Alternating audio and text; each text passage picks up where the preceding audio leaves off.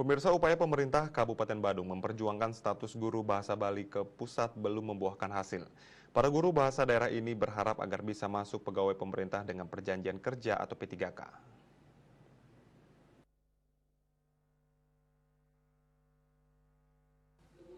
Melihat kondisi tersebut, Ketua DPRD Badung Putu Parwata menyarankan eksekutif agar memperjuangkan rekomendasi dari pemerintah pusat untuk pengangkatan guru bahasa Bali. Politisi asal Dalung Kuta Utara ini menilai para guru bahasa Bali harus memperoleh kuota untuk diangkat sebagai guru P3K. Karena keberadaan mereka sangat dibutuhkan, pihaknya siap memperjuangkannya sehingga kuota P3K untuk guru ini bisa dibuka seperti yang lainnya. Parwata mengakui guru bahasa Bali menjadi garda terdepan dalam mencerdaskan generasi penerus. Karena itu segera diusulkan agar para guru ini bisa diterima.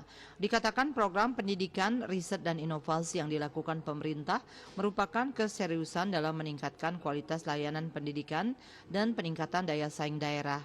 Namun melihat dan mencermati kondisi keuangan, maka pihaknya menyarankan untuk segera membuat perencanaan untuk rehabilitasi gedung-gedung sekolah dasar dan sekolah menengah pertama beserta fasilitas yang kondisinya tidak layak. Pihaknya juga menyarankan agar pemerintah mendata dan memperhatikan warga Badung yang berprestasi akademik, non-akademik, olahraga dan seni.